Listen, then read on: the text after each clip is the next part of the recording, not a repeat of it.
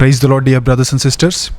దేవుని యొక్క కృపను బట్టి ఇంతవరకు ఈ బైబిల్ స్టడీ కార్యక్రమంలో బైబిల్లోని పాత నిబంధన గ్రంథములోని 7 పుస్తకాల ధ్యానాన్ని మనం కంప్లీట్ చేయడం జరిగింది. బై గాడ్స్ గ్రేస్ ఈరోజు ఈ పాత నిబంధన గ్రంథంలోని 8వ పుస్తకమైన రూతు గ్రంథ ధ్యానాన్ని మనం ప్రారంభించబోతున్నాం. అయితే before getting in to the subject ఒక 2 విషయాలు మీ అందరికీ చెప్పిన తర్వాత నేను ఈ వివరణను స్టార్ట్ చేయాలని ఆశపడుతున్నాను. అందులో మొదటిది, జనరల్గా ఆన్ అన్ యావరేజ్ మనిషి యొక్క హ్యూమన్ సైకాలజీ ఏ విధంగా ఉంటుందంటే, మనకు తెలిసిందే అని మనం ఎప్పుడైతే అనుకుంటామో, ఈ విషయం నాకు తెలుసు అని ఎప్పుడైతే అనుకుంటామో, ఆ తెలిసిన విషయం గురించి మరలా వినడానికి అంత ఆసక్తిని మనం చూపించాం, అంత శ్రద్ధను మనం చూపించాం. కానీ ఏది ఏమైనా రూతు గురించి మీకు తెలిసినప్పటికీ, రూతు స్టోరీలైనంత, రూతు గ్రంథం యొక్క స్టోరీలైనంత మీకు తెలిసినప్పటికీ, నాకు తెలిసిందే కదా అని అశ్రద్ధగా మీరు ఉండకుండా, ఇంకా నేర్చుకొనవలసిన ప్రాముఖ్యమైన విషయాలు ఈ రూతు గ్రంథంలో చాలా ఉన్నాయి. కాబట్టి ప్రతి మాట ఏదో కొత్తగా వింటున్నట్టుగానే శ్రద్ధ కలిగి మనందరం విందాం. ఎందుకనంటే Ruth, the book of Ruth is not only about a family drama or a family story, but యేసుక్రీస్తు ప్రభులు వారు మనకు అనుగ్రహిస్తున్న రక్షణ యొక్క ప్రక్రియ అంతా పిన్ టు పిన్ రూతు గ్రంథంలో దేవుడు అక్కడ రాయించడం జరిగింది. కాబట్టి ఈ గ్రంథంలో ఉంది. కాబట్టి ప్రతి విషయాన్ని కూడా జాగ్రత్తగా మనం అందరము కలిసి విని నేర్చుకోవడానికి ప్రయత్నం చేద్దాం. ఇది మొదటి విషయం. అయితే రెండవది, ఈ వాక్యాన్ని నేను ఎవరిని ప్యాంపర్ చేయడానికి నేను చెప్పట్లేదు. ఒక సేవకునిగా నేను ఎప్పుడు కూడా మనుషులను ప్యాంపర్ చేసే ఉద్దేశంతో చెప్పకూడదు. అలా చెబితే అది నిజమైన సేవకుని యొక్క లక్షణం కాదు. ఎందుకు ఈ మాటలు చెప్తున్నా అంటే, వాక్యము ఎప్పుడైతే ఉన్నది ఉన్నట్టుగా బోధించడం మనం ప్రారంభిస్తామో ఖచ్చితంగా చాలామంది ఫీల్ అయ్యే ప్రమాదం ఉంటుంది, ఫీల్ అయ్యే అవకాశం కూడా ఉంటుంది. సో ఈరోజు ఈ వివరణలోనికి మనం వెళ్ళిన తర్వాత ఖచ్చితంగా కొందరు యవ్వన స్త్రీలు, ట్రెండీగా ఉన్న ట్రెండ్ను ఫాలో అవుతున్న యవ్వన స్త్రీలు ఎవరైతే ఉన్నారో ఫీల్ అయ్యే అవకాశం ఉంది. కానీ ఒక విషయాన్ని గమనించండి, దేవుని కృపను బట్టి దేవుడు మాట్లాడుతున్న ఈ మాటలు, వాక్యము చేసి ఈ గాయాలు రక్షణార్థమైన మారు మనసు కోసమే అనే విషయాన్ని మీరు గమనించి, ఇన్ కేస్ ఒకవేళ ఈ వాక్యం మీకు గాయము చేస్తే, పొడవబడితే, ఆ పొడవబడిన మీరందరూ కూడా జాగ్రత్తగా మీరందరూ కూడా ఈ వాక్యము ద్వారా మీ హృదయాలను కట్టుకొనవలసిందిగా కోరుతున్నాను. అయితే ఇక ఏమాత్రం ఆలస్యం చేయకుండా let us dive into this subject. ఈరోజు మనం బైబిల్లోని పాత నిబంధన గ్రంథములోని 8వ పుస్తకమైన రూతు గ్రంథ ధ్యానముల్లో మనం ఎంటర్ అవ్వబోతున్నాం. ఇక అందరూ స్క్రీన్ మీద చూస్తూ ఈ వాక్యాన్ని వినవలసిందిగా కోరుతున్నాను. అయితే ఇంతవరకు నేను చెప్పిన ఆదికాండం నుండి న్యాయాధిపతుల గ్రంథం వరకు నేను చెప్పిన ప్రతి గ్రంథంలోనూ ఫస్ట్ లైన్ నేను చెప్పడమే, ఇది పలానా పుస్తకం, మొదటి పుస్తకం, 2వ పుస్తకం, 3వ పుస్తకం, 4వ పుస్తకం, ఇలా చెబుతూ ఆ తర్వాత నేను చెప్పిన మాట ఏంటంటే, నిర్గమకాండం గురించి చెప్పేటప్పుడు this is a continuation to Genesis అని చెప్పాను. లేదా లేవియాకాండం గురించి చెప్పేటప్పుడు this is a continuation to exodus అని చెప్పాను. లేదా జడ్జెస్ గురించి చెప్పేటప్పుడు, న్యాయాధిపతుల గురించి చెప్పేటప్పుడు ఇది యెహోషువకు కొనసాగింపు అని చెప్పాను. కానీ for the first time in our Bible study session ఈరోజు రూతు గ్రంథము this is not a continuation to judges, but in fact it is a part of judges. ఇది న్యాయాధిపతుల గ్రంథానికి కొనసాగింపు కాదు, ఇది న్యాయాధిపతుల గ్రంథములో ఒక భాగము. రూతు గ్రంథం ప్రారంభ వచనాల్లోనే ఈ మాట ఉంటుంది, న్యాయాధిపతులు ఏలుచున్న సమయములో లేదా కాలంలో అనే మాట మనకు కనబడుతుంది. కాబట్టి ఇది ఎక్కడ కూడా న్యాయాధిపతుల గ్రంథానికి కొనసాగింపు కాదు, ఇది న్యాయాధిపతుల కాలంలో జరిగిన యథార్థమైన సంఘటన. అయితే న్యాయాధిపతుల కాలంలో జరిగింది కాబట్టి ఏ న్యాయాధిపతి కాలంలో జరిగి ఉండొచ్చు అనే డౌట్ మీకుంటే, జనరల్గా చాలామంది బైబిల్ పండితుల అభిప్రాయం ఏంటి అనంటే, ఇది మేబీ గిద్యోను కాలంలో జరుగుండొచ్చు, లేదంటే ఇబ్సాను కాలంలో జరుగుండొచ్చు అని చాలామంది చెప్తూ ఉంటారు. మనము బేసిక్ ఇన్ఫర్మేషన్ మనం వింటున్నాం, జాగ్రత్తగా విందాం. అయితే ఈ బుక్ దగ్గరికి వచ్చేసరికి, ఈ బుక్ ఏ డివిజన్ ఆఫ్ ద బైబిల్లోని ఏ డివిజన్కి సంబంధించిన బుక్కో మనం చూద్దాం. ఎందుకనంటే బైబిల్లో మొదటి 5 గ్రంథాలు పెంటట్యూక్కి సంబంధించింది, పంచకాండాలు లేదా మోషే ధర్మశాస్త్రానికి సంబంధించినవి. అయితే యెహోషువ, న్యాయాధిపతులు, రూతు మనం వాడే బైబిల్లో చరిత్ర గ్రంథాల భాగంలోనికి వస్తాయి. కానీ హీబ్రూ బైబిల్లో మాత్రం ఇది రచనల భాగంలోనికి వస్తుంది. సో హీబ్రూ బైబిల్ డివిజన్స్ వేరు, సెప్టువజింట్ బైబిల్ డివిజన్స్ ఒకటి వేరు. సో హీబ్రూ బైబిల్లో యెహోషువ, న్యాయాధిపతులు ఈ రెండేమో ప్రవక్తల గ్రంథానికి కిందకు వస్తే, ఈ రూతు మాత్రం రచనల డివిజన్లోనికి వస్తాయి. సో ఈ విషయాన్ని మీరు గమనించవలసింది కోరుతున్నాను. అయితే మనం వాడే గ్రంథంలో మాత్రం, మనం వాడే బైబిల్లో మాత్రం యెహోషువ, న్యాయాధిపతులు, రూతు ఈ 3 కూడా చరిత్ర పుస్తకాల భాగంలోనికి ఈ 3 గ్రంథాలు వస్తాయి. ఈ విషయాన్ని మీరు గమనించండి. అయితే ఇక హిబ్రూలో ఈ గ్రంథాన్ని ఏమని పిలుస్తారు? రియోత్ అని పిలుస్తారు, గ్రీకులో రౌత్ అని పిలుస్తారు, లాటిన్లో రూత్ అంటారు, ఇంగ్లీష్లో రూత్ అంటారు, తెలుగులో కూడా రూతు అని మాత్రమే పిలుస్తారు. ఇందులో ఉన్న అధ్యాయాలు 4, వచనాలు 84, పెద్ద అధ్యాయం 2వ అధ్యాయం, చిన్న అధ్యాయం 3వ అధ్యాయం. ఇందులో 16 ప్రశ్నలు ఉన్నాయి, 30 ఆజ్ఞలు ఉన్నాయి, 2 వాగ్దానాలు ఉన్నాయి. ఇందులో ముఖ్య వచనం వచ్చేసరికి మొదటి అధ్యాయం 16 వచనం. ఇందులో ఇంపార్టెంట్ వర్డ్ వచ్చేసరికి, ఇంతవరకు మనం ముఖ్య పదం గురించి మనం ఎప్పుడు ధ్యానించలేదు. For the first time important word వచ్చేసరికి విమోచన మరియు దయ. ఈ రెండు కూడా చాలా చాలా చాలా ఇంపార్టెంట్ వర్డ్స్గా ఈ గ్రంథంలో మనకు కనబడుతూ ఉంటాయి. విమోచన అనే అర్థం వచ్చే పదం ఏదైతే ఉందో గోయల్ అనే పదం, మూల భాషలో గోయల్ అని అంటారు. ఇది ఈ గ్రంథంలో 13 సార్లు ప్రస్తావించబడింది. ఇక దయ అని ఏదైతే ఉందో దాన్ని హెసెద్ అని అంటారు. ఫర్ ఎగ్జాంపుల్ లవ్ గురించి మాట్లాడితే, దేవుని ప్రేమ గురించి మాట్లాడితే అగాపే ప్రేమ అని ఎలా అయితే పిలుస్తారో, ప్రేమ అనేది కొంచెం వెయిట్ తక్కువ ఉన్నది, కానీ అగాపే అంటే చాలా వెయిట్ ఉన్న పదజాలం. ద సేమ్ వే దయ అంటే మనకు అర్థం కావడానికి అలా ట్రాన్స్లేట్ చేశారు, కానీ ఈ దయ అన్నిటికంటే ఇంకా ఇంకా వర్ణించలేనంత దయ మనకు కనబడుతుంది. దీన్నే మూల భాషలో హెసెద్ అని పిలిచారు. సో ఇంపార్టెంట్ వర్డ్స్ వచ్చేసరికి ఈ గ్రంథంలో విమోచన లేదా దయ, ఈ రెండు కూడా చాలా ప్రాముఖ్యమైన పదజాలాలు. ఇక ఇందులో ఉన్న ఇంపార్టెంట్ పర్సన్ ఎవరు అంటే బోయజు. చాలామంది రూతు గ్రంథం కాబట్టి రూతే ఇంపార్టెంట్ పర్సన్ అనుకుంటారు, బట్ ఇన్ఫ్యాక్ట్ బోయజు అందరికంటే ప్రాముఖ్యమైన వ్యక్తి. ఎందుకు ఈ మాట చెప్తున్నంటే, రూతు లేకపోతే ఈ గ్రంథం లేదు అనేది ఎంత వాస్తవమో, బోయజు లేకపోతే రూతు కూడా లేదు అనేది కూడా అంత వాస్తవం. సో ఈ ఇద్దరు ఇంపార్టెంటే. అయితే మోర్ ప్రామినెంట్లీ బోయజ్ చాలా ఇంపార్టెంట్ పర్సన్స్గా కనబడుతున్నారు. అయితే ఇక ఈ రూతు గ్రంథానికి ఈ పేరు ఎలా వచ్చింది అనంటే, మోయాబు దేశంలో నివసించిన ఒక హీబ్రూ పురుషుణ్ణి వివాహమాడిన మోయాబు స్త్రీని బట్టి, ఇజ్రాయేలు దేశం నుండి మోయాబు దేశానికి వలస వెళ్ళిన ఒక యూద పురుషుణ్ణి లేదా హీబ్రూ పురుషుణ్ణి వివాహము చేసుకున్న మోయాబీయురాయిలైన రూతును బట్టి ఈ గ్రంథానికి రూతు అని పేరు వచ్చింది. అయితే ఈ గ్రంథంలో ఉన్న ప్రత్యేకతలు ఏంటి అనంటే, మొదటిది 3 ప్రత్యేకతలు చెప్తారు. అందులో మొదటిది, ఈ గ్రంథము నిష్ట కలిగిన ప్రతి యూదుడు కోతకాలం టైంలో ఖచ్చితంగా చదివే గ్రంథం. బైబిల్ అంతటిలో స్త్రీల గురించి టైటిల్ పెట్టిన, స్త్రీల పేరుతో టైటిల్ ఉన్న బుక్స్ కేవలం 2 మాత్రమే. అందులో ఒకటి రూత్ అయితే రెండవది ఎస్తేర్. ఈ రెండింటికి డిఫరెన్స్ ఏంటంటే, అన్యుణ్ణి చేసుకున్న యూదురాలు ఎస్తేర్ అయితే, యూదుని చేసుకున్న అన్యురాలు రూతు. సో ఇది ఇందులో ఉన్న సెకండ్ ప్రత్యేకమైన లక్షణం. ఇక మూడవది, this is a book that teaches us to speak about blessing words. దయతో కూడిన, ఆశీర్వాదాలతో కూడిన పదజాలాలు, పలుకులను నేర్పించే గ్రంథం ఇది. స్క్రీన్ మీద మీకు కనబడే ప్రతి రెఫరెన్స్ కూడా మీరు చదవండి. వారు ఏ విధంగా సంభాషించుకుంటారో, ఎంత చక్కగా దయతో మాట్లాడుకుంటారో మనకు కనబడుతుంది. ఇదండి రూతు గ్రంథం గురించిన ప్రాథమికమైన విషయాలు. ఇక ఈ గ్రంథము దేని గురించి మాట్లాడుతుందో మనం నేర్చుకుందాం. ఎందుకంటే ఏ గ్రంథమైనా దాని నేపథ్యం మనకు తెలియకపోతే, దేని గురించి ఆ గ్రంథం మాట్లాడుతుందో మనకు తెలియకపోతే ఖచ్చితంగా ఆ గ్రంథము మనకు అర్థమయ్యే అవకాశం లేదు. కాబట్టి ఇంతవరకు పెద్ద పెద్ద గ్రంథాలు ధ్యానం చేసినప్పుడు కూడా మనం విననంత ఎక్స్ప్లెనేషన్ ఈ గ్రంథము దేని గురించి మాట్లాడుతుందో మనం వినబోతున్నాం. జాగ్రత్తగా స్క్రీన్స్లో చూస్తూ ఫాలో అవ్వాల్సింది కోరుతున్నాను. రూతు అనగానే జనరల్గా మనందరికీ ఫ్యామిలీ డ్రామా మాత్రమే కనబడుతుంది, కానీ నో, దీని వెనక ఇంకా చాలా కారణాలు ఉన్నాయి. చాలా విషయాల గురించే రూతు గ్రంథం మాట్లాడుతుంది. అందులో మొదటిది పల్లె వాతావరణం గురించి, కుటుంబ జీవితం గురించి, యూదయ ప్రాంతంలోని జానపద సంస్కృతి గురించి ఈ పుస్తకం మాట్లాడుతుంది. అది మాత్రమే కాదు, దేవుడు ఒక ఫ్యామిలీ ద్వారా అత్యంత సాధారణమైన రమణీయమైన పరిస్థితుల్లో కూడా తన సంకల్పము ఎలా కొనసాగిస్తాడో ఈ గ్రంథం మనకు తెలియజేస్తుంది. ఇక మూడవది, ఒక రమ్యమైన ప్రేమ కావ్యముగా ఈ గ్రంథం కనబడుతుంది. అత్తాకోడల మధ్య అనురాగం, గ్రామ ప్రజల మధ్య కనిపించే ప్రేమ సామరస్యం, దేవుణ్ణి ప్రేమించే ఇద్దరు స్త్రీ పురుషుల మధ్య జరిగిన యథార్థ జీవిత గాదే ఈ గ్రంథం.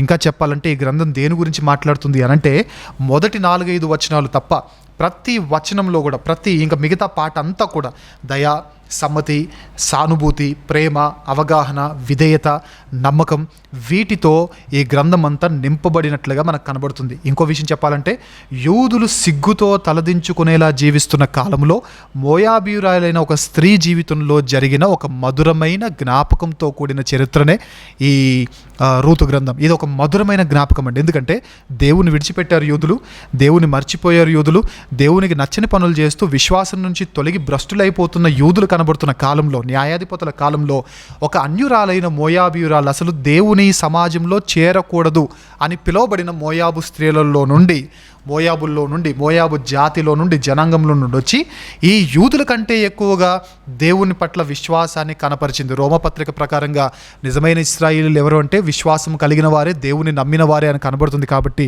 ఒక రకంగా చెప్పాలంటే ఇది నిజమైన ఇజ్రాయేలీయురాలి చరిత్ర. అక్కడున్న నిజమైన ఇజ్రాయేలైట్స్ కంటే రూతు అందరికంటే నెంబర్ 1 ఇజ్రాయేలైట్ అనే విషయాన్ని మనందరికీ అర్థం చేసుకోవాలి. సో ఈ యూదులు సిగ్గుతో తలదించుకునేలా జీవిస్తున్న కాలంలో మోయాబు స్త్రీ జీవితంలో జరిగిన మధురమైన జ్ఞాపకమే ఈ గ్రంథంగా మనకు తెలుస్తుంది. ఇది మాత్రమే కాదు కానీ దయ మనిషి రూపంలో ఉంటే ఎలా ఉంటుందో ఈ గ్రంథం మనకు తెలియజేస్తుంది. ఇంకా చెప్పాలి అంటే ఒక మారిన వేశ్యకు పుట్టిన కుమారునికి ఒక మోయాబు స్త్రీకి మధ్యలో జరిగిన వివాహమే ఈ రూతు గ్రంథం. ఎలా జరిగింది, ఎలా పరిచయం అయ్యారు, ఎలా వీరు వివాహానికి దారితీసింది, వీరి పరిచయం, ఎందుకు వీరిద్దరికి వివాహమైంది, ఇదంతా మనకు తెలియజేస్తుంది. మారిన వేశ్యకు పుట్టిన కుమారుడు, దేవుని సన్నిధిలో చేరకూడని మోయాబీయురాలైన ఒక స్త్రీ, ఈ ఇద్దరికి మధ్యలో జరిగిన వివాహ పరిచయమే, వివాహ కార్యక్రమమే రూతు గ్రంథం. అంటే రాహాబు యొక్క మారిన వేశ్య ఎవరో కాదు, రాహాబు. సో ఈ రూతు గ్రంథం రాహాబు యొక్క కోడలి చరిత్రగా మనకు కనబడుతుంది. మోయాబురాలైన స్త్రీ యొక్క నిజమైన యథార్థ గాథగా మనకు కనబడుతుంది. ఇజ్రాయిల్ అందరూ దేవుని మర్చిపోయి తిరుగుతున్న వేళ మోయాబీరాలైన ఈ స్త్రీలో చిగురించిన విశ్వాస చరిత్రే ఈ గ్రంథం. ఇంకా చెప్పాలంటే అన్యురాలికి దేవుడిచ్చిన ఘనత ఈ గ్రంథం. ఓ విషయం చెప్పనా, ముందుకెళ్లే ముందు ఒక మాట చెప్తాను. చాలామంది బైబిల్ అర్థం కానివారు, బైబిల్ని అపార్థం చేసుకునేవారు, కావాలని బైబిల్ మీద బురద జల్లేవారు ఈ మధ్యకాలంలో ఎక్కువగా మాట్లాడుతున్న మాట, మీ దేవుడు పక్షపాతి, ఇజ్రాయేలీలను తప్ప ఇంకెవ్వరిని ప్రేమించలేదు అని ఎవరైతే అంటున్నారో వారు ఒకవేళ మీ దగ్గరకు వచ్చి ఈ మాట మాట్లాడితే వెళ్ళి రూతు గ్రంథం చదువుకొని వచ్చి ఆ తర్వాత మాట్లాడండి అని చెప్పండి. ఎందుకంటే ద్వితీయోపదేశకాండం ప్రకారంగా మోయాబీయుల్లో ఎవ్వరు కూడా ఇజ్రాయేలు సమాజంలో చేరకూడదు. అది దేవుడిచ్చిన స్ట్రిక్ట్ ఆజ్ఞ. కానీ దేవుణ్ణి నిజంగా నమ్మితే, దేవుణ్ణి యథార్థంగా విశ్వసిస్తే దేవుడు ఎంత నీచమైన వారినైనా దగ్గరకు తీసుకొని వస్తాడు అని చెప్పడానికి ఒక నిజమైన ప్రూఫ్ ఏంటి అంటే ఈ రూతు గ్రంథం. మోయాబీరాలను చేర్చుకోకూడదని చెప్పిన దేవుడే నిజంగా విశ్వసించిన ఆ మోయాబురాయలైన స్త్రీ జీనియాలజీలో నుండి, ఆవిడ వంశవృక్షంలో నుండి యేసుక్రీస్తు ప్రభులు వారు వచ్చారు. కాబట్టి దేవుని మంచితనము యూదులకు మాత్రమే కాదు అని నిరూపించే పుస్తకం ఈ రూతు పుస్తకం. ఇంకా చెప్పాలి అంటే ఈ గ్రంథము ఇద్దరు స్త్రీల చరిత్ర. ఎవరా ఇద్దరు? బెత్లెహేమును విడిచిపెట్టి సర్వమును కోల్పోయిన స్త్రీ చరిత్ర, ఆ తర్వాత బెత్లెహేమునకు వచ్చి సర్వమును పొందిన స్త్రీ చరిత్ర. ఇంతకీ ఎవరు వీరు? బెత్లెహేమును విడిచిపెట్టి సర్వము కోల్పోయిన స్త్రీ ఎవరు? నయోమి. బెత్లెహేముకు వచ్చి సర్వము పొందిన స్త్రీ ఎవరు? రూతు. సో ఈ ఇద్దరి చరిత్రగా మనకు కనబడుతుంది. ఇది మాత్రమే కాదు కానీ ఈ రూతు గ్రంథం ఏంటి అనంటే ఒక మోయాబీయురాలైన స్త్రీ దేవుణ్ణి నమ్మి చేసిన సాహస యాత్ర. ఈ విషయం నిజంగా చాలామందికి తెలియదండి. ఈ రూతు గ్రంథం ఒక సాహస యాత్ర. ఎందుకు అనంటే మోయాబీయులను చేర్చుకోకూడదనే మాట ఎంతైతే ఉందో, మోయాబీయులకు ఈ ఇజ్రాయేలీలకు యుద్ధాలు జరిగినాయనే విషయం కూడా ఎంత వాస్తవమో, ఇప్పుడు ఈ మోయాబీయురాలు వచ్చి వీళ్ళ దేశంలో సెటిల్ అయితే అందరూ యాక్సెప్ట్ చేస్తారని లేదు. ఇప్పుడు ఫర్ ఎగ్జాంపుల్ ఎవరైనా పాకిస్తాన్ వాళ్ళు వచ్చి మన ఇండియాలో సెటిల్ అయితే ఎలా చూస్తాం చెప్పండి? మనం చేర్చుకుంటామా? లేదుగా. శత్రు దేశాన్ని మనం ఏ విధంగా అయితే చేర్చుకోమో ద సేమ్ వే ఇజ్రాయేలీలకు శత్రు దేశమైన అందులో ఉన్న ఆవిడ ఒకవేళ ఇక్కడికి వస్తే మేబీ వేగు చూడడానికి వచ్చిందేమో అనుకుంటారు, మేబీ ఆవిడని చేర్చుకోరు, మేబీ ఆవిడని తక్కువ చేస్తారు. కానీ దేవుని నమ్మినందుకు దేవునితోనే ఉంటాను, దేవుని ప్రజలతోనే ఉంటాను, ఏది ఏమైనా పర్లేదు, ఐ విల్ ఫేస్ ఇట్ అని చేసిన ఒక సాహసయాత్ర ఈ రూతు చరిత్ర. ఇది మాత్రమే కాదు కానీ అత్యంత భయంకరమైన చీకటి కాలంలో జరుగుతున్న అత్యంత ఆధ్యాత్మికమైన చరిత్ర రూతు గ్రంథ చరిత్ర. ఎందుకు? ఇది న్యాయాధిపతుల కాలంలో జరిగింది కాబట్టి న్యాయాధిపతుల గ్రంథ వివరణలో మీ అందరికీ చెప్పిన మాట, ఇది ఇజ్రాయేలు చరిత్రలోనే అత్యంత భయంకరమైన చీకటి కాలం అని చెప్పడం జరిగింది. సో ఈ చీకటి కాలంలో వెలుగురేఖ లాంటిది ఈ పుస్తకం. అత్యంత భయంకరమైన చీకటి కాలంలో జరుగుతున్న అత్యంత ఆధ్యాత్మికమైన చరిత్రనే ఈ గ్రంథం. ఇంకా చెప్పాలంటే యుద్ధము, పాపము, అన్యాయము, అక్రమము మధ్య ప్రేమ, వినయము, విధేయత చోటు చేసుకున్న మరువలేని చరిత్ర ఈ రూతు గ్రంథం. ఇంకా చెప్పాలి అంటే నూతన నిబంధనలో యేసుక్రీస్తు ప్రభులు వారు చెప్పిన ఇంచుమించు 40 ఉపమానాల్లో ఒక ఉపమానం ఉంది, తప్పిపోయిన కుమారుని ఉపమానం ఉంది. సో దానికి రిలేట్ అయిన బుక్ కానీ రిలేటబుల్ అయిన చరిత్ర కానీ బైబిల్లో ఏదైనా ఉంది అంటే అది ద బుక్ ఆఫ్ రూత్. ఈరోజు మనం దాన్ని ధ్యానిస్తున్నాం. ఈ న్యాయాధిపతుల గ్రంథం చెప్పేటప్పుడు ఇది కొత్త నిబంధనలోని అపోస్తుల కార్యానికి, అదేవిధంగా ఎఫెసీలకు రాసిన పత్రికకు కొంచెం పోలి ఉంటుందని ఎలా అయితే చెప్పానో ఈ రూతు గ్రంథం కూడా మనకి తప్పిపోయిన కుమారుని ఉపమానానికి పోలి ఉంటుందని అని చెప్పడంలో ఎలాంటి సందేహం లేదు. ఇక చివరిగా చెప్పాలంటే బెత్లెహేము విడిచి వెళ్ళిన ఫ్యామిలీలో జరిగిన అనూహ్యమైన మార్పులే ఈ రూతు గ్రంథ చరిత్ర, ఈ రూతు గ్రంథానికి పునాది. సో దేని గురించి మాట్లాడుతుంది రూతు గ్రంథం అంటే just not only about a family drama. ఇందులో పల్లె సంస్కృతులు ఉన్నాయి, కుటుంబ జీవితాలు ఉన్నాయి, తర్వాత యూదా ప్రాంతంలోని జానపద సంస్కృతులు ఉన్నాయి, ఇందులో సాహస కార్యాలు ఉన్నాయి, సాహసం చేసిన స్త్రీ యొక్క చరిత్ర మనకు కనబడుతుంది. ఇద్దరు చేరకూడని, అసలు ఇజ్రాయేల్ సమాజంలోనికి చేరకూడని వ్యక్తులలో జరిగిన, వారి జీనియాలజీల్లో జరిగిన, వారి జీవితాల్లో జరిగిన అనేకమైన రమ్యమైన వాస్తవాలు ఈ గ్రంథంలో ఉన్నాయి. కాబట్టి వీటి గురించి ఈ గ్రంథం మాట్లాడుతుంది. ఇంకా చాలా విషయాలు మనం విందాం. అయితే ఇప్పుడు ఇంకొంచెం ముందుకెళ్దాం. ఇంతవరకు దీని గురించిన ప్రైమరీ విషయాలు మనం విన్నాం.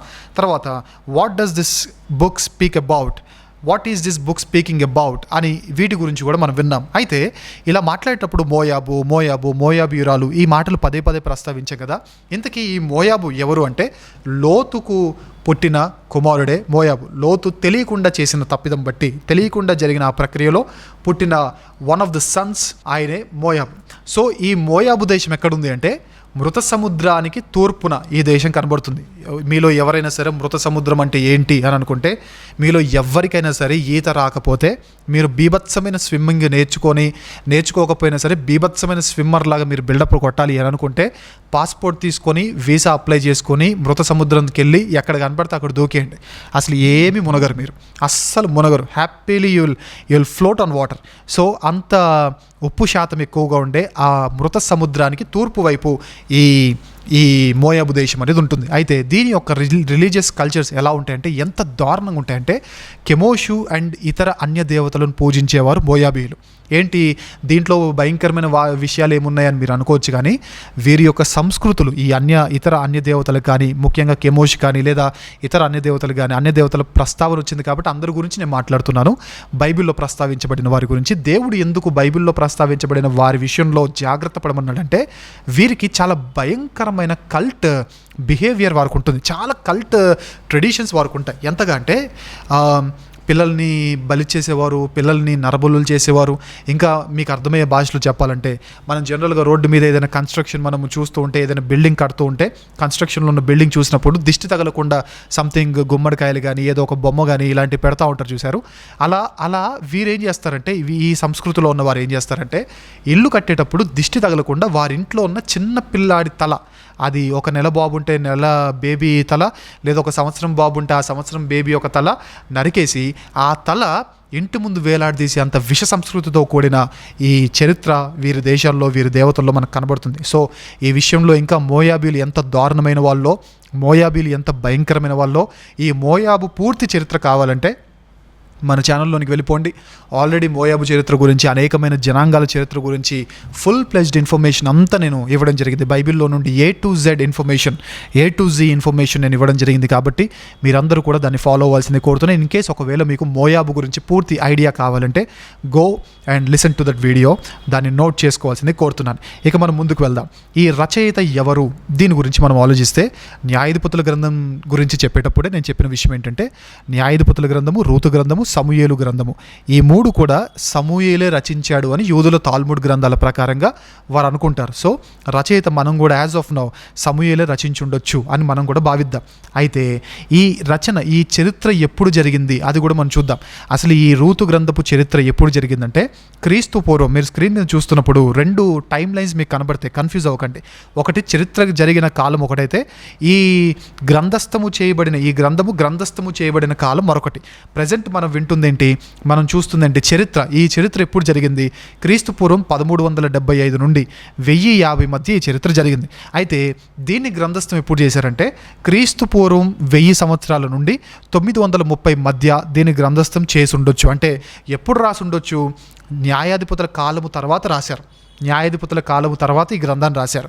తర్వాత 4వ అధ్యాయం 7వ వచనంలో ఈ విమోచన లేదా ఈ విమోచన గురించిన ఒక ఆచారం వీళ్ళలో ఉంటుంది. సో ఈ బంధుధర్మం కానీ, సమీప జ్ఞాతి కానీ, సమీప బంధువు కానీ విడిపించే ఈ తత్వం ఏదైతుందో, ఈ ఆచారం ఏదైతుందో, అది వాడుకలో లేని కాలంలో ఈ గ్రంథాన్ని రాసినట్లుగా మనకు అర్థమవుతుంది. ఎందుకంటే పూర్వము ఇజ్రాయిల్లో ఈ వాడుక కలదు అన్న పదజాలాలు అక్కడ కనబడతాయి 4వ అధ్యాయం 7వ వచనంలో. సో వాడుకలో లేని కాలములో ఈ గ్రంథం రాసి ఉండొచ్చు. ఇంకో విషయం చెప్పాలంటే డేవిడ్ టైంలో, దావీదు టైంలో ఈ గ్రంథం రాసి ఉండొచ్చు. రీజన్ ఏంటి? దావీదు పేరు ఈ గ్రంథంలో మెన్షన్ చేయబడింది కాబట్టి దావీదు టైంలో ఈ గ్రంథాన్ని రాసి ఉండొచ్చు. దావీదు మరణించక ముందే ఈ గ్రంథాన్ని రాసి ఉండొచ్చు. ఈ విషయాలు మీరు గుర్తుపెట్టుకోండి. ఇక moving forward, let us all move forward. ఈ గ్రంథము ఎంత కాలాన్ని సూచిస్తుంది అంటే సుమారుగా 12 సంవత్సరాల కాలాన్ని ఈ గ్రంథం సూచిస్తుంది. ఇంకా డెప్త్లో మీకు చెప్పాలంటే మొదటి అధ్యాయం మొదటి 5 వచనాలకి 10 సంవత్సరాల కాలం అయిపోయింది. మొదటి అధ్యాయం మొదటి 5 వచనాలకు 10 సంవత్సరాల కాలం అయిపోతే మొదటి అధ్యాయం 19 నుండి 2వ అధ్యాయం 23 వచనాల వరకు ఒక 3-4 నెలలు వేసేసుకోండి. ఒక నెల లేదంటే 3-4 నెలలు అలా వేసేసుకోండి. తర్వాత 3వ అధ్యాయం మనకు మొదటి అధ్యాయం నుండి 18వ వచనం వరకు, మొదటి వచనం నుండి 18వ వచనం వరకు ఒక రోజులో అయిపోయింది. 4వ అధ్యాయం ఒక సంవత్సర చరిత్రను, ఒక సంవత్సర కాల చరిత్రను మనందరికీ సూచిస్తుంది. అంటే అప్రాక్సిమేట్గా 12 సంవత్సరాల కాలాన్ని ఈ గ్రంథం మనకు సూచిస్తుంది.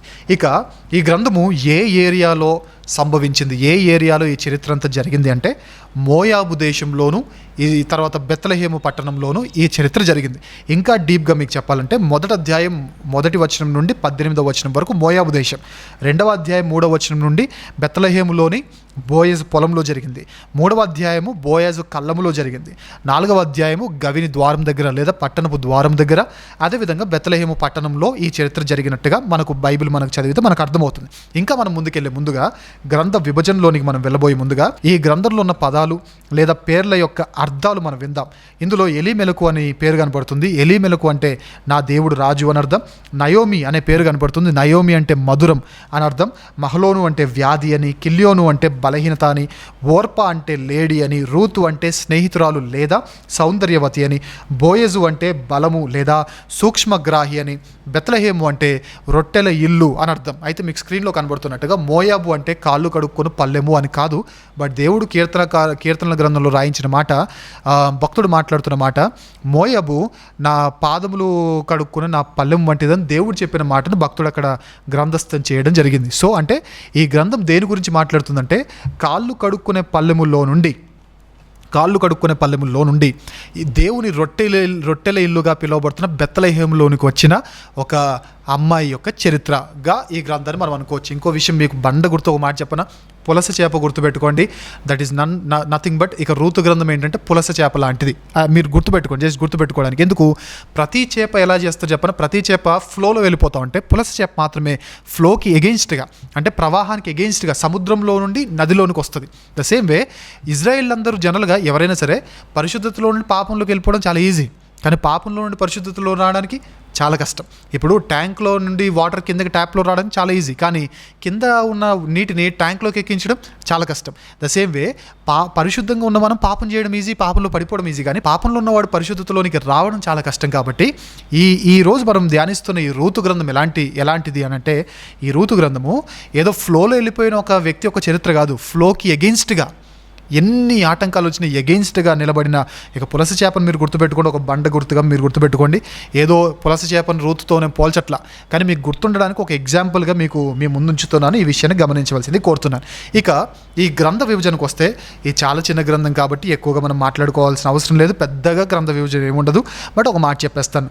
మొదటి అధ్యాయంలో పరదేశిగా రూతు కనబడుతుంది. 2వ అధ్యాయంలో పొలంలో పరిగె ఏరుకునే వ్యక్తిగా రూతు మనకు కనబడుతుంది. 3వ అధ్యాయంలో కళ్ళములో రూతు ఉన్నట్లుగా మనకు కనబడుతుంది. 4వ అధ్యాయంలో విడిపించబడినట్లుగా రూతు మనకు కనబడుతుంది, లేదా వివాహం జరిగి సంతానం పొందినట్లుగా రూతు మనకు కనబడుతుంది. ఇది గ్రంథ విభజన. అయితే ఇక్కడ మనం వినవలసినవి చాలా ఉన్నాయి కాబట్టి చాప్టర్ వైజ్గా జరిగిన విషయాలు కూడా నేను చెప్తాను. ఎందుకంటే ఈ రూతు గ్రంథంలో మనకు తెలియకుండా చాలా విషయాలు జరిగాయి. ఈ రూతు గ్రంథంలో మనకు తెలియాల్సిన అనేకమైన కొత్త సంగతులు కూడా ఉన్నాయి. అందులో మొదటి అధ్యాయంలో మనందరికీ తెలుసు బెత్లెహేములో కరువు వచ్చిందని. అంటే రొట్టెల ఇల్లుగా పిలువబడుతున్న దాంట్లో రొట్టెలు కరువైనందున ఈ రొట్టెల కోసం వీరందరూ ఒక ఫ్యామిలీ ఏం చేశారు, బెత్లెహేమ్ నుండి మోయాబు దేశానికి వెళ్ళారు. అక్కడ తండ్రి చనిపోయాడు, పిల్లలకి అక్కడున్న తల్లి పెళ్లి చేసింది.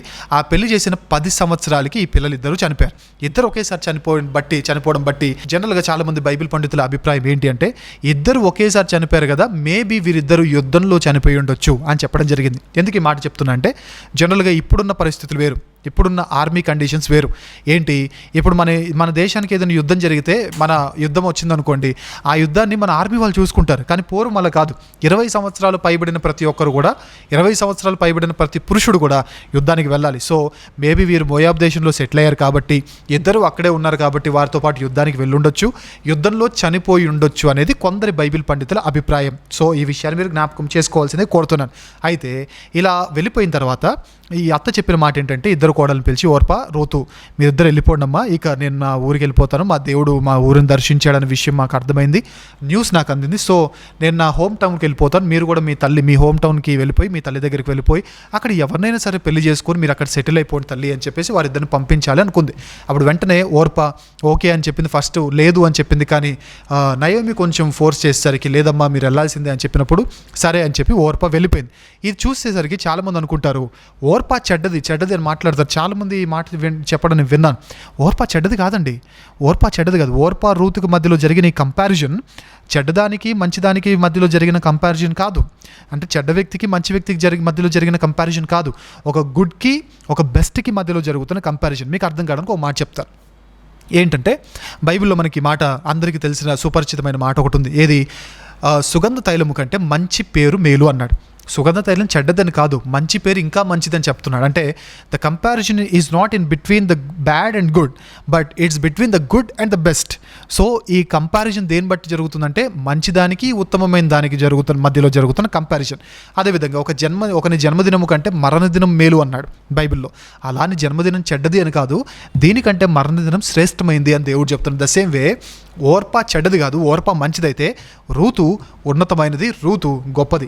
సో ఈ విషయాన్ని మీరు గమనించవలసింది కోరుతున్నాను. అయితే ఇక్కడ మనం వినాల్సిన మాట ఏంటంటే, రూతు నయోమితో ఒక నిబంధన చేసుకుంది. ఏంటది, నీ జనమే నా జనము, నీ దేవుడే నా దేవుడు అని చెప్పిన మాట ఏదైతే ఆదికాండం 2వ అధ్యాయంలో ఆదాము హవ్వతో చెప్పాడో అక్కడున్న మూల పదమే ఇక్కడ కూడా కనబడుతుంది. అంటే ఇక నుంచి నా జీవితం నీతోనే, కష్టమైన నష్టమైన ఏదైనా, నువ్వు నవ్వితే నేను నవ్వుతాను, నువ్వు సంతోషంలో ఉంటే నేను సంతోషంలో ఉంటాను, నువ్వు బాధలో ఉంటే నేను బాధలో ఉంటా, ఏది ఏమైనా నేను చచ్చేంతవరకు నిన్ను విడిచిపెట్టను.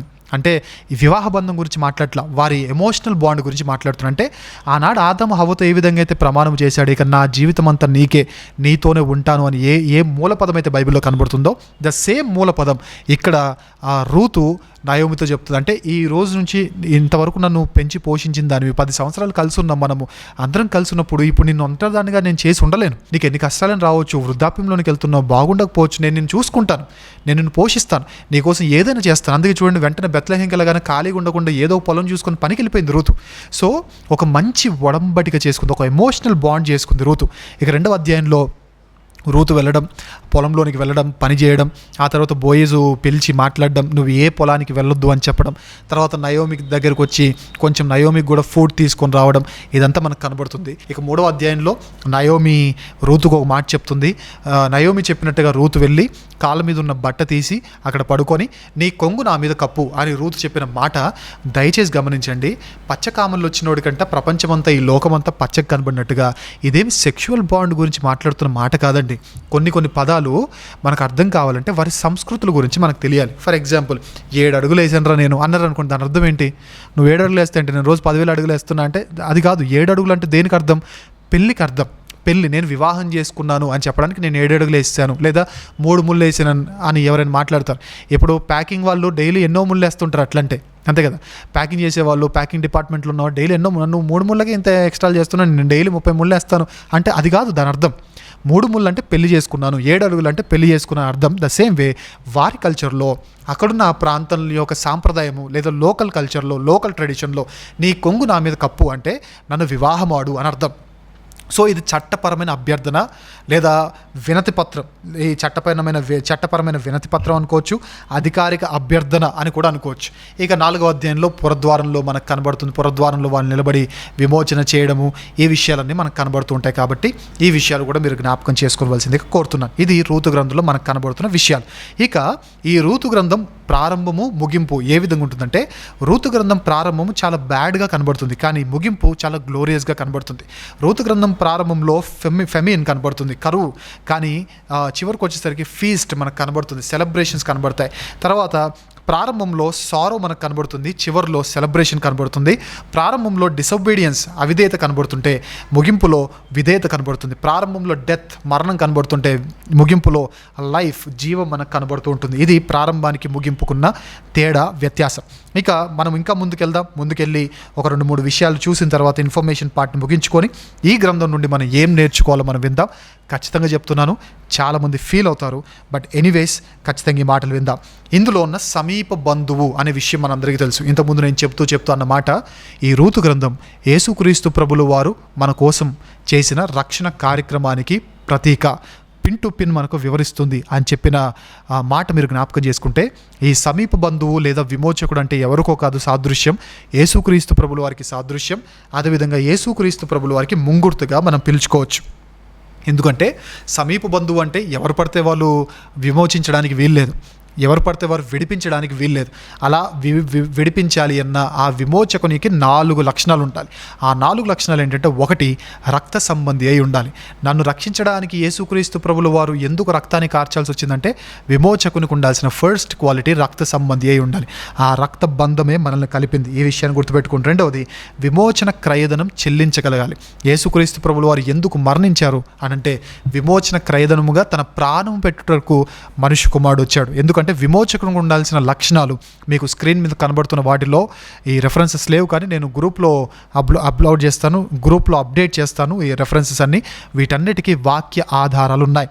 సో విమోచకుని లక్షణాల్లో మొదటిది రక్త సంబంధి ఉండాలి, 2వది విమోచన క్రయధనము చెల్లించగలగాలి, 3వది విడిపించుటకు ఇష్టము గలవాడై ఉండాలి. ఏదో ఫోర్స్ చేస్తే రాకూడదు.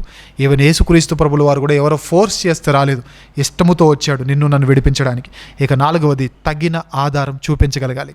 సో ఇక్కడ కనబడుతున్న ఈ విమోచకుడైనా లేదా యేసుక్రీస్తు ప్రభుల వారైనా తగిన ఆధారం చూపించారు. ఆ ఆధారంలో 1 ఆయన మరణము జయించగలడు అని, తర్వాత పాపము లేదు అని, తిరిగి లేస్తాడు అని, పునరుద్ధానం అనే ఆధారాన్ని ఆయన చూపించగలగాలి. సో ఈ 4 విషయాలను బట్టి యేసుక్రీస్తు ప్రభుల వారు విమోచకునిగా మనకు సరిపోయిన వాడు. ఈ విమోచకుడు ఎవరో కాదు, యేసుక్రీస్తు ప్రభుల వారు. బోయజు యేసుక్రీస్తు ప్రభుల వారికి ముంగుర్తుగా మనకు కనబడుతున్నాడు. ఇక ఇందులో ఉన్న ఇంపార్టెంట్ ప్లేసెస్ ఏంటి అంటే, మోయాబు, బెత్లెహేము. ఇంపార్టెంట్ పర్సన్స్ ఎవరు అంటే, Elimelech, Naomi, Mahlon, Chilion, Orpah, Ruth and unnamed redeemer ఒక ఆయన ఉంటారు, పేరు తెలియని సమీప జ్ఞాతి, ఆయన అండ్ బోయజు. ఇందులో జీసస్ క్రైస్ట్ ఉన్నాడా? ఎస్. బోయజు యేసుక్రీస్తు ప్రభుల వారికి ముంగుర్తు, విమోచకుడు. ఈ ప్రక్రియ కూడా యేసుక్రీస్తు ప్రభుల వారి రక్షణ కార్యక్రమానికి టోటల్గా పిన్ టు పిన్ డీటెయిల్స్ ఆ విమోచకుని లక్షణాల్లో మనకు కనబడుతున్నాయి. ఇక ఇందులో బెత్లెహేము అనే ప్రాంతం కనబడుతుంది కాబట్టి ఇందులో జరిగిన ప్రాముఖ్యమైన సన్నివేశాలు ఏంటి అంటే, ఈ ప్రాంతానికి దగ్గరే రాహేలు సమాధి మనకు కనబడుతుంది, రేచల్స్ టూమ్ మనకు కనబడుతుంది. రూతు, బోయజు మ్యారేజ్ జరిగింది బెత్లెహేంలోనే. ఓబేదు, దావీదు, యేసుక్రీస్తు ప్రభులు వారు పుట్టింది కూడా ఈ ప్రాంతంలోనే. ఇందులో కనబడుతున్న జనాంగాలు ఇజ్రాయేలీలు మరియు మోయాబీలు. ఇదండి రూతు గ్రంథానికి సంబంధించిన పూర్తి చరిత్ర. అయితే ఇంతటితో మనం ఆగిపోకుండా ఈ రూతు గ్రంథం నుండి నేర్చుకోవలసిన ప్రాముఖ్యమైన విషయాలు మనం విని, ఒక 4 లేదా 5 విషయాలు మనం విని నేర్చుకొని సెలవు తీసుకుందాం.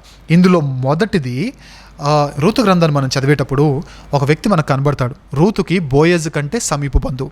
ఈయన ఎక్కడ రూతును పెళ్లి చేసుకుంటే తన ఆస్తి తగ్గిద్దేమో అని రూతును పెళ్లి చేసుకోకుండా వదిలేసుకుంటాడు. అంటే నేను పెళ్లి చేసుకోను, నువ్వే ఇక ఈవిడిని విడిపించు అని వదిలేసుకుంటాడు.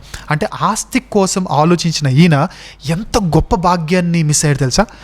యేసుక్రీస్తు ప్రభుల వారి వంశావళిలో చేర్చబడే భాగ్యాన్ని మిస్ అయిపోయాడు.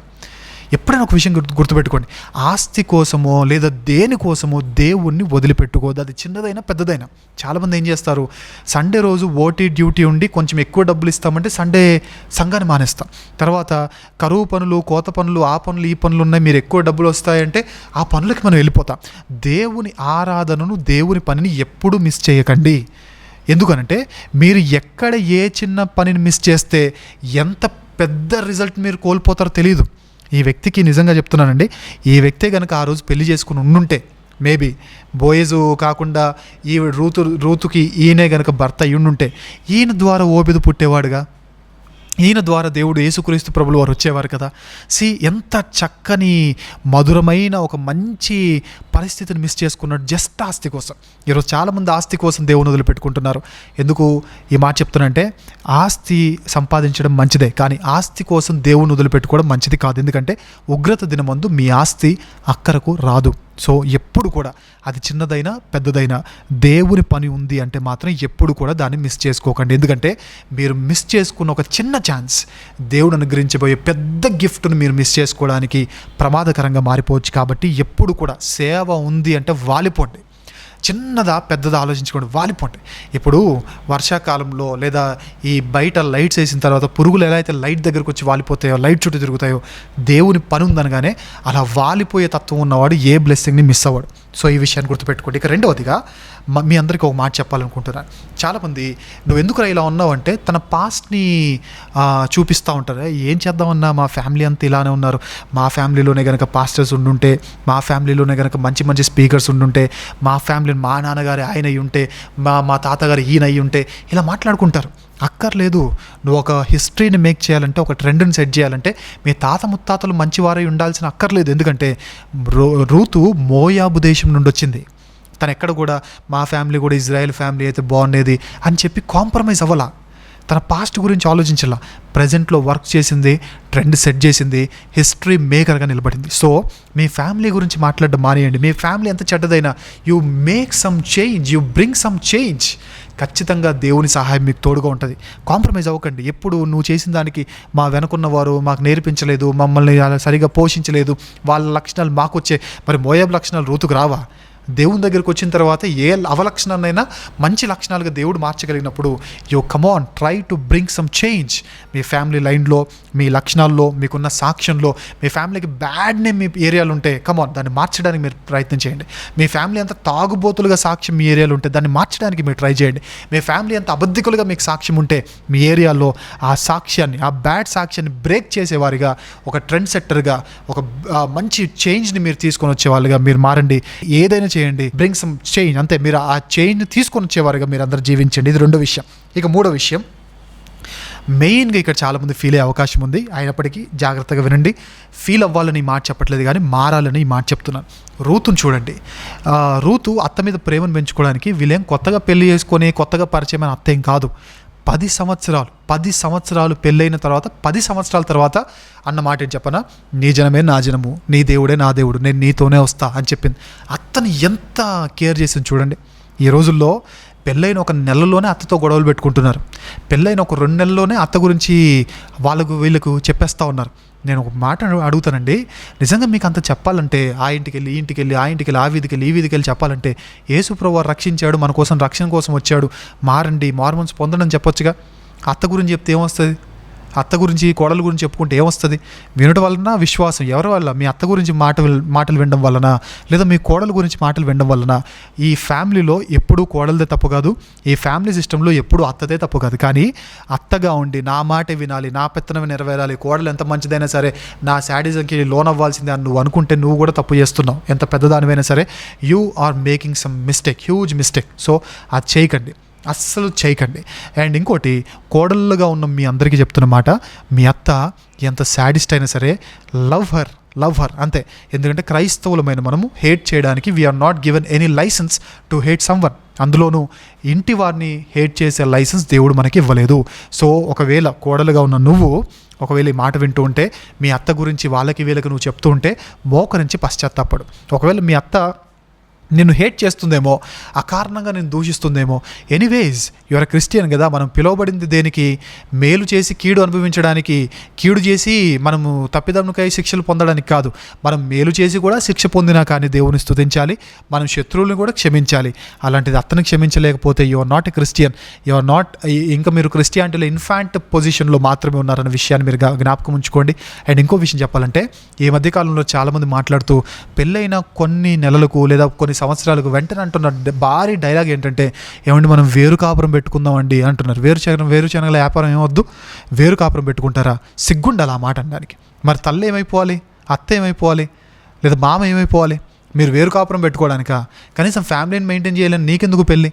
సీరియస్గా అంటున్నాను, ఈ మాట చాలా సీరియస్గా అంటున్నాను. ఒక క్రిస్టియన్ స్త్రీతో నేను మాట్లాడుతున్నాను. నువ్వు లోబడని తత్వం నీలో ఉంటే, ఫ్యామిలీని బిల్డ్ చేసే తత్వం నీలో లేకపోతే ఇంకెందుకు పెళ్ళి? అనవసరం. ఇలాంటి వారు ఒకవేళ ఈ మాటలు వింటున్న వాళ్ళు పెళ్ళైన వారు ఉంటే మీ గురించి నేను మాట్లాడుతున్నా. పెళ్ళి కాని వారు ఉంటే, మీరు లోబడే తత్వం మీలో లేకపోయినా, లేదా పెద్దవారు ఏమన్నా అంటే పడే తత్వం మీలో లేకపోయినా, ఎంతకాలం అని మేము పడాలండి, వాళ్ళకు కూడా చెప్పాలి కదా అంటే వాళ్ళకు కూడా చెప్తున్నాను, వాళ్ళు కూడా మారాలి. ఇన్ కేసు వాళ్ళు మారలేదు, వృద్ధాప్యంలోకి వస్తారు, శాడిజం పెరుగుద్ది, మీరు మారండి, మీరు ఓర్చుకోండి. ఎంతకాలం ఉంటారు వృద్ధులు? మనతో ఎంతకాలం ఉంటారు? జనరల్గా మాట్లాడితే, జనరల్ సెన్స్లో మాట్లాడాలంటే. సో మీరు భరించండి, క్రీస్తు ప్రేమను మీరు చూపించండి. క్రీస్తు ప్రేమ అంటే ఏదో వెళ్ళి స్నాక్స్ పంచడమో, ఏదో వెళ్ళి అరటికాయలు పంచడమో, ఏదో వెళ్ళి దుప్పట్లు పంచడం, ఇది కాదు కదా. క్రీస్తు ప్రేమ అంటే ఉమ్మి వేసిన వాడిని కూడా ప్రేమించాడు క్రీస్తు. చేదరించుకుంటున్న ఈ అత్తను ప్రేమించి క్రీస్తు ప్రేమను నువ్వు చూపించు. లేదు అంటే పెళ్లి మానే, లేదంటే పెళ్లి మానే.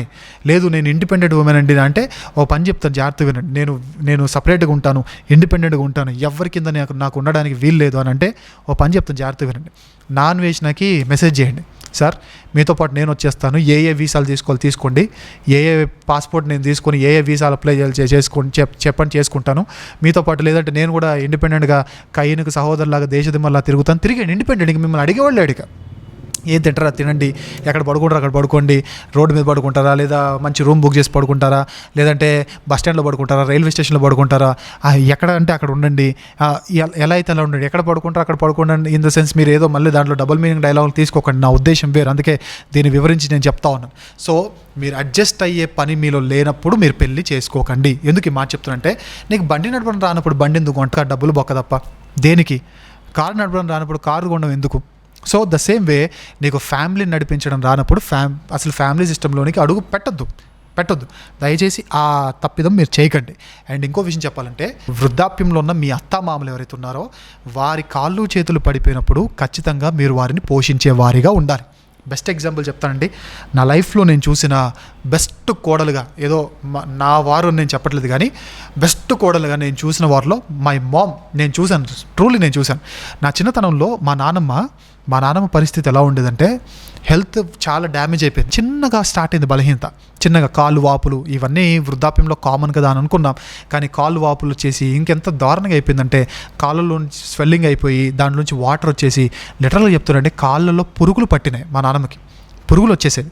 అలా పురుగులు వచ్చి టోటల్గా మంచం మీద పడిపోయింది, మంచానికి పరిమితం అయిపోయింది. నాకు తెలిసి ఒక 1 year 1.5 year మా నాన్న మంచం మీదనే, నేచర్ కాల్స్ అన్నీ మంచం మీదనే. ఏనాడు మా నాన్నగారు, మా డాడీ ఏనాడు మా నాన్నమ్మ నీ వల్లనే ఇదంతా జరుగుతుంది, నువ్వు ఉంటే మాకు అసహ్యంగా ఉందని ఏనాడు మా నాన్నమ్మని అనలేదు.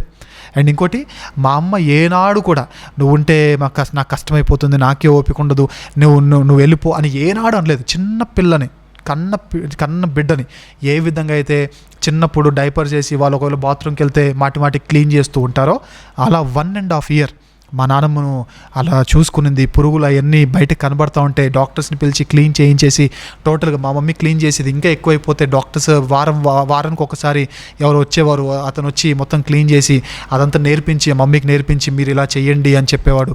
వారానికి ఒకసారి ఇన్స్పెక్షన్కి అతను వచ్చేవాడు. టోటల్గా ఎంత ఒక రకంగా చెప్పాలంటే, ఒక ఉన్న చిన్న ఇంటిలో అందులో ఒక రూమ్ అంతా నానమ్మ ఉండి, ఆ రూమ్లో మంచం మీద పడిపోయి టోటల్గా నేచర్ కాల్స్ అన్ని మంచం మీద ఉండి. అండ్ ఇంకో విషయం చెప్పనా, నాకు ఇప్పటికీ గ్రేట్గా అనిపించేది ఏంటంటే, ఏనాడు మా పేరెంట్స్ నన్ను కానీ మా అక్క వాళ్ళని కానీ నానమ్మ దగ్గరికి వెళ్ళొద్దు నాన్న ఇన్ఫెక్షన్స్ వస్తాయి అని ఏనాడు చెప్పలా. We are free to go to our grandmother. మా నాన్నమ్మ దగ్గరికి వెళ్ళి ఫ్రీగా కూర్చునే వాళ్ళం, ఫ్రీగా ముచ్చటించేవాళ్ళం. అసలు ఎప్పుడు కూడా వారు మమ్మల్ని ఇబ్బంది పెట్టలేదు. ఎందుకు ఈ మాట చెప్తున్నానంటే, క్రిస్టియన్ ఫ్యామిలీ అంటే ఇలా ఉండాలి. మీరు కూడా పెళ్ళైన తర్వాత మీ అత్తమ్మ కానీ మీ మామయ్య కానీ ఇలా మంచంలో పడితే మీరు సర్వ్ చేయండి, ఖచ్చితంగా చెయ్యాలి. ఈ రూతు గురించి చదవడం కాదు ఇంపార్టెంట్, అలా మీరు ఉండాల్సిందిగా కోరుతున్నాను. అలా ఉండకపోతే యువర్ నాట్ ఎ క్రిస్టియన్. ఈ విషయాన్ని గుర్తుపెట్టుకోండి. ఇక మూడవదిగా ఒక 2-3 విషయాలు చెప్పి నేను ముగించేస్తాను. చాలామంది నేను క్రిస్టియన్స్ చూశాను. ఎలాంటి వారంటే, వీరు ఒక డిసైడ్ అవుతారు, నేను మీటింగ్కి వద్దాము అని డిసైడ్ అవుతారు. తర్వాత వెంటనే ఫోన్ చేసి నేను మీటింగ్కి రావట్లేదు అని అంటారు. ఏమైందిరా వస్తా అన్నావు, ఎందుకు రావట్లేదు అంటే, వీళ్ళు కూడా వస్తా అన్నారు, సో నేను కూడా వద్దాం అనుకున్నా, సో వాళ్ళు డ్రాప్ అయిపోయారు, నేను కూడా డ్రాప్ అయిపోయాను అని అంటారు. ఎందుకు మాట చెప్తానంటే, నీ డిసిషన్స్ను ఎప్పుడు కూడా వేరే వారి మీద ఆధారం చేసుకోకు, వేరే వారి మీద డిపెండ్ అవ్వకు డిసిషన్స్ విషయంలో. రూతుని చూడండి, ఇద్దరు ఫస్ట్ ఓర్పా రూతు ఇద్దరు అత్త నీతో వస్తామన్నారు, ఇద్దరు అన్నారు. తర్వాత ఓర్పా సరే నేను వెళ్ళిపోతానని వెళ్ళిపోయింది. అప్పుడు రూతు సరే ఓర్పా వెళ్ళిపోయింది కదా నేను వెళ్ళిపోతాను, వెళ్ళిపోలా. వెళ్ళిపోలా. తన విజన్ ఏంటో తను బాగా క్లారిటీగా తెలుసుకుంది. తను దేని మీద స్టాండ్ అయి ఉండాలో పర్ఫెక్ట్గా స్టాండ్ అయి ఉంది. తన డిసిషన్స్ని వేరే వారి కోసం మార్చుకోలేదు. సో మీరు కూడా వేరే వారి కోసం డిసిషన్స్ని మార్చుకోకండి. అండ్ ఇంకో విషయం చెప్పాలి అంటే చాలా మంచి విషయం, ఈ విషయాన్ని చాలా జాగ్రత్తగా వినండి, చాలా మంచి విషయం. ఏంటి అని అంటే రూతు, చాలామంది మాట్లాడుతూ అంటారు ఏం తెలియదు కదన్న దేవుని కోసం ఏం చేయమంటారు అని. రూతుకి ఏం తెలుసని దేవుని కోసం ఏం తెలుసని? దేవుని నమ్మింది. మరి నయోమి ద్వారా తెలుసుకొని ఉండొచ్చు దేవుని గురించి. ఒక చిన్న వివరణ కూడా ఉంది, అది ఎంతవరకు కరెక్టో లేదో నాకు తెలియదు, కానీ ఓ వివరణ ఉంది కాబట్టి ఆ వివరణ కూడా మీకు తెలియాలి కాబట్టి ఒక మాట చెప్తున్నాను. రూతు ఈ మోయాబు దేవతలకి సంబంధించిన పూజారుల్లో ఒక పూజారిగా రూతుని ఒక వివరణ ఉంది, అది ఎంతవరకు నిజమో లేదు నాకు తెలియదు, బట్ వివరణ మీకు తెలియజేయాలని ఇన్ఫర్మేషన్ మీకు పాస్ చేస్తున్నాను. రూతు ఆ పూజారుల్లో ఒక పూజారి అని, తర్వాత ఎలీమెలకు, తర్వాత ఈ ఫ్యామిలీ అంతా వెళ్ళిపోయిన తర్వాత మహలోను కిల్యోను, రూతు ఓర్పాలేమో అక్క చెల్లెళ్ళు అని, వీరిద్దరు పూజారుల జాబితాకు సంబంధించిన వారని, తర్వాత మహలోను కిల్యోను మెడలో వారికి 10 ఆజ్ఞలకు సంబంధించిన లాకెట్స్ కొంచెం ఏమంటారు అవి ఉండేవని, చెక్కబడిన ఆ లాకెట్స్లా ఉండేవి అని. అది చదివిన తర్వాత ఏంటి మీరు వ్యభిచరించకూడదా, మీరు అబద్ధాలు చెప్పకూడదా, మా గుళ్ళల్లో ఇలా వ్యభిచారాలు జరుగుతాయి కదా అని ఆశ్చర్యపోయి అడిగినప్పుడు వీరే సువార్తను దేవుని గురించిన వార్తను వారికి చెప్పడం జరిగింది అని. ఆ తర్వాత చిన్నగా పరిచయం ఏర్పడి కొంచెం వీరు మారారు అని. సో అట్లా వీరు పెళ్లి చేసుకున్నారని ఒక చిన్న వివరణ ఉంది, అది ఎంతవరకు నిజమో లేదో నాకు తెలియదు. బట్ ఈవిడికి అసలు ఏమీ తెలియదు దేవుని గురించి, దేవుని వాగ్దానాల గురించి తెలియదు, తర్వాత దేవుని ధర్మశాస్త్రం గురించి తెలీదు, ఏమీ తెలియదు. కానీ ఒకటే అనుకుంది, నన్ను ఇంతగా ప్రేమించిన అత్తను వృద్ధాప్యంలో వదిలిపెట్టడం న్యాయం కాదు అనుకుంది. ఒక మంచి ఎథిక్స్ కలిగిన విశ్వాసి, ఒక మంచి ఎథిక్స్ కలిగిన విమెన్ ఈవిడ. సో ఆవిడ అనుకునింది నేను నీతో పాటు వచ్చేస్తాను అనింది. ఏం తెలిసిన మాట అనింది, కానీ ఏం తెలియకపోయినా ఈవిడ ఇజ్రాయెల్ దేశానికి వస్తే ఎంత ఆశీర్వదించబడతానని తెలియదు, అయినా వచ్చింది. ఈవిడ వెళ్ళిన పొలము బోయజ్దని తెలియదు, అయినా ఎంటర్ అయింది. ఆ బోయజు ఈవిడికి సమీప జ్ఞాతి అని తెలీదు, అయినా ఈవిడ దేవుని కోసం నిలబడింది. ఆ తర్వాత ఈవిడకి బోయజ్తో పెళ్ళవుద్దనే విషయం కూడా తెలియదు, అయినా దేవుని కోసం నిలబడాలని అనుకుంది. అండ్ ఇంకో విషయం చెప్పాలంటే ఈవిడ మునిమనవడు ఒక పెద్ద రాజు అవుతాడని తెలీదు, అయినా దేవుని కోసం నిలబడింది. ఎందుకు ఈ మాట చెప్తానంటే ఏదో ఏమంటారు క్యాలిక్యులేటివ్ భక్తిని తీసేయండి. అంటే నేను ఇది చేస్తే దేవుడు నాకు అది చేస్తాడు కాబట్టి, అది నాకు కనబడుతుంది కాబట్టి దానికోసమే నేను దేవుని కోసం నిలబడాలి. వద్దు, క్యాలిక్యులేషన్స్ చేసుకుని భక్తిని చేయకండి. ఏమి తెలిసినా తెలియకపోయినా దేవుని కోసం నిలబడండి. నీకు తెలియని ప్రపంచాన్ని దేవుడు చూపిస్తాడు. ఇంత చిన్న విత్తనంలోనే మహావృక్షాన్ని దాచిపెట్టిన దేవుడు దేవుని కోసం నిలబడిన వారి జీవితంలో ఒక కొత్త ప్రపంచాన్ని చూపించలేడా చెప్పండి. సో క్యాలిక్యులేషన్స్ చేసుకొని దేవుని దగ్గరికి వస్తే నాకేంటంట, ఈ భక్తిని మానేయండి. ఏమి తెలియకపోయినా వచ్చింది గొప్ప ట్రెండ్ సెట్టర్గా ఒక యూటర్న్. అసలు భక్తి జీవితంలో, ఆధ్యాత్మిక జీవితంలో, యేసుక్రీస్తు ప్రభువుల వంశావళిలో ఒక పెద్ద యూటర్ని తీసుకొని వచ్చింది ఎవరు అంటే రూతు. ఏమి తెలియకుండా చేసింది, ఉన్నత స్థితిలో నిలబడింది. సో నాకేం తెలియదు కాబట్టి నేనేం చేయను అని కాంప్రమైజింగ్ యాటిట్యూడ్తో ఉండకు. తెలియకపోయినా దేవుని పనిలో అడుగుపెట్టు, దేవుడు నిన్ను వాడుకుంటాడు బలముగా. ఇక చివరిగా 2 విషయాలు చెప్పి నేను ముగిస్తాను. ఈ రూతు గ్రంథం 2వ అధ్యాయం మనం చూస్తున్నప్పుడు బోయజు మిగుల ఆస్తిపరుడు అని మనకు కనబడుతుంది. కానీ అంత ఆస్తిపరుడు కూడా ఎంత చక్కగా మాట్లాడతాడు తెలుసా, ఎంత దీవెనకరంగా మాట్లాడతాడు. ఇంతకుముందు మీకు ఈ బుక్లో ఉన్న ప్రత్యేకత ఏంటి అని చెప్తూ ఉన్నప్పుడు ఇది దయగల పలుకులను వివరించే పుస్తకం అని చెప్పాను. అందులో కొన్ని వచనాలను ఇచ్చాను, ఆ వచనాలు మీరు చదువుకోండి. ఎంత ఆస్తిపరుడైనా సరే, ఎంత గొప్పవాడైనా సరే ఎక్కడ గర్వం రానివ్వలేదు ఆయన, ఎక్కడ గర్వం రానివ్వలేదు. కానీ ఈ మధ్యకాలంలో కొంచెం చూస్తున్నానండి, జాబ్ రానంత వరకు చాలా బాగుంటారు, జాబ్ వచ్చిన తర్వాత వీరికి ఏమంటారు గర్వం వచ్చేస్తుంది. శాలరీలో హైక్ లేనంత వరకు తగ్గి ఉంటారు. ఒకవేళ శాలరీ బాగా పెరిగిపోతే వాళ్ళలో గర్వం వచ్చేస్తుంది. నేను చెప్పేది ఏంటంటే ఆస్తికి గర్వానికి ఎలాంటి లింక్ లేదు. నీకు ఆస్తి ఉండొచ్చు కానీ గర్వం ఉండకూడదు. ఆస్తి ఎంతైనా ఉండొచ్చు, ప్రాబ్లం లేదు, కానీ గర్వం కొంత కూడా ఉండకూడదు. ఎందుకు ఈ మాట చెప్తానంటే స్టార్టింగ్లో చిన్న జాబులు చేసేవారు ఇప్పుడు ఉన్నతమైన స్థితిలోకి ఎదిగేసరికి తెలియకుండానే గర్వం వచ్చే వాళ్ళు నేను చాలామందిని చూశాను. అలా మీరు ఉండకండి. బోయేజు చూపించి దేవుడు నేర్పిస్తున్న మాట చాలా చాలా చాలా తగ్గి ఉండండి. ఎందుకంటే ఆశీర్వాదానికి మూల కారణం తగ్గింపే. తనను తాను తగ్గించుకున్నవాడు హెచ్చించబడతాడు. దట్స్ సీక్రెట్, ప్రైమరీ సీక్రెట్ అది.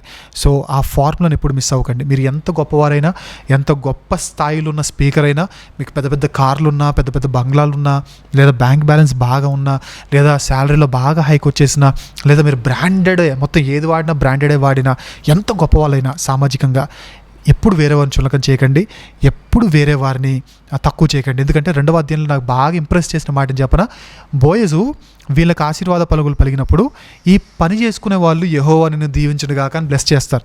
నువ్వెవరు నన్ను బ్లెస్ చేయడానికి అని చెప్పి ఈయన నిందించలే వాళ్ళని.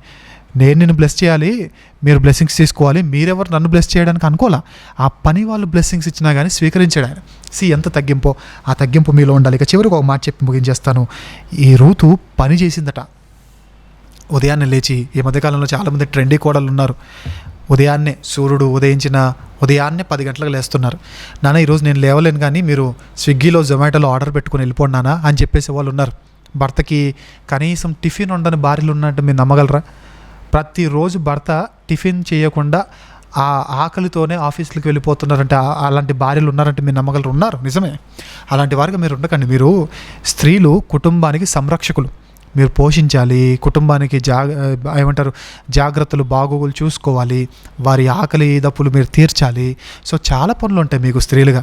సో వాటన్నిటిని నిర్వర్తించండి. ఏదో ఆరోగ్యం బాగాలేనప్పుడు మంచం మీద పడుకొని ఉన్నారంటే ప్రాబ్లం లేదు, కానీ ప్రతిరోజు అదే ఒక సోమరిపోతుగా, లేదంటే ఏదో ఒక జంతువు ఉంటుందంట, అది ఎప్పుడు నిద్రపోతూనే ఉంటుందంట, దాని పేరు ఏదో మర్చిపోయాను, ఎప్పుడు చెట్ల మీద ఉంటుందంట, స్లాత్ ఏదో అంటారు దాన్ని, మరి నాకు తెలియదు, అంతగా తెలీదు. ఆ జంతువు ఎప్పుడు పడుకొని ఉంటుందట. సో అలా ఉండకండి. సోమరితనం గాఢ నిద్రను కలుగజేస్తుంది. ఆయుధదారుడు వచ్చినట్లుగా లేమి నీ వద్దకు వస్తుంది. సో నీ కుటుంబానికి పట్టిన దరిద్రం ఏదో కాదు, నువ్వే నిజం చెప్తున్నాను. ఒకవేళ నువ్వు సోమరిదాని అయితే నువ్వే ఆ దరిద్రాన్ని. సో అలా ఉండకండి. బాగా మీ అత్తని ప్రేమించండి, భర్తను ప్రేమించండి. ఇన్ కేసు అత్త మిమ్మల్ని ఏమన్నా అన్నా కానీ పట్టించుకోకండి, క్షమించండి. శత్రువుని క్షమించమన్నాడు దేవుడు, అత్తను క్షమించడంలో ఏముంది? క్షమించండి. అండ్ ఇంకో విషయం, భర్తను ఎప్పుడు కూడా మీరు పబ్లిక్లో దూషించకండి. ఏమైనా మీకు డిఫరెన్సెస్, మీ ఐడియాలజికల్ డిఫరెన్సెస్ ఉంటే ఇంట్లో మాట్లాడుకోండి. భర్తను ఎప్పుడైనా సరే పబ్లిక్లో ప్రేమించండి, పబ్లిక్లో భర్తకు లోబడే ఉండండి. అంటే ఇంటికి వచ్చి డిష్యూమ్ చేసుకోమని కాదు నా ఉద్దేశం. మీకు ఏదైనా ఐడియాలజికల్ డిఫరెన్సెస్ ఉంటే ఇంట్లో కూర్చొని మర్యాదపూర్వకంగా మాట్లాడుకోండి. ఎందుకంటే ఒక ఇల్లు, ఒక కుటుంబం ఎలా ఉందో తెలియాలంటే ఆ ఇంటి ఇల్లాలని చూస్తే అర్థమైపోద్దంట. సో నిన్ను చూసి నీ ఇంటిని అంచనా వేసే ప్రమాదం ఉంది. కాబట్టి నువ్వు జాగ్రత్తగా మాదిరికరంగా ఉండండి. మరి ముఖ్యంగా ఏమైనా స్త్రీలు అపవాదికి చోటు ఇవ్వకుండా మీరందరూ జాగ్రత్తగా ఉండండి. అతను ప్రేమించండి. లేదు రాదు, నాకు ప్రేమించడం రాదు, నేను ఇండిపెండెంట్ ఉమెన్ అని భారీ డైలాగులు కొడితే పెళ్ళి మానేసి పాస్పోర్ట్ తీసుకొని, బ్యాంక్లో లోన్ తీసుకుంటారు, ఏదో ఒకటి తీసుకొని, కయ్యనుకు నేను చెల్లినని చెప్పుకొని హ్యాపీగా వెళ్ళిపోండి. దేశాలు వెళ్ళిపోయి తిరగండి, హ్యాపీగా మీరు తిరిగి హ్యాపీగా మీరు ఏమన్నా చేసుకోండి. అంతే తప్ప ఒక అబ్బాయిని పెళ్లి చేసుకొని అనవసరంగా వాడి జీవితాన్ని ఛిద్రం చేయకండి. అండ్ భర్తలకు కూడా చెప్తున్నాను, ఎప్పుడూ మీ ఆవిడదే తప్పు కాదు, అప్పుడప్పుడు నీ తల్లిది కూడా తప్పు ఉంటుంది. సో అలాంటి టైంలో మీ ఆవిడికి నచ్చ చెప్తూనే తల్లితో కూడా మీరు మాట్లాడండి, అర్థమయ్యేలా మాట్లాడండి. కొందరు చేసి తప్పిదం ఏంటంటే అమ్మ నాన్న ఏమన్నా కానీ పట్టించుకోకుండా సైలెంట్గా ఉంటారు. అలాని వాళ్ళతో గొడవ పెట్టుకోమని చెప్పట్లా, వాళ్ళతో గొడవ పెట్టుకోవడానికి మనం సరిపోము, గొడవ పెట్టుకోకూడదు బైబిల్ ప్రకారంగా. కానీ అర్థమయ్యేలా కూర్చోపెట్టి మాట్లాడమ్మా, ఇలా వద్దు, అలా వద్దు, ఇలా చేద్దాం, అలా చేద్దామని చెప్పండి. లేదు వినరా, ఇక పడి ఉండడం నేర్చుకోండి అలా. ఎందుకంటే వృద్ధాప్యంలో వారిని కూడా బాధ పెట్టకండి. ఉండేదంతా మహా అంటే కొద్ది కాలం, ఆ కాలం మనం ఓర్చుకుంటే చెప్తున్నాను, తర్వాత గంభీరమైన భవిష్యత్తును దేవుడు మీకు అనుగ్రహిస్తాడు. కాబట్టి కొద్దిపాటి బాధను మీరు భరిస్తే ఎంతో ఉజ్వలమైన ఆనందాన్ని దేవుడు మీకు అనుగ్రహిస్తాడు. కాబట్టి ఈ గ్రంథాన్ని విన మీరందరూ కూడా ఈ విధంగా ఉండాల్సిందిగా కోరుతూ ఈ మాటలు ముగిస్తున్నాను. నెక్స్ట్ సెషన్లో మనమందరము సమూయేలు మొదటి గ్రంథ ధ్యానంతో మరలా కలుద్దాం. అంతవరకు సెలవు. Praise the lord.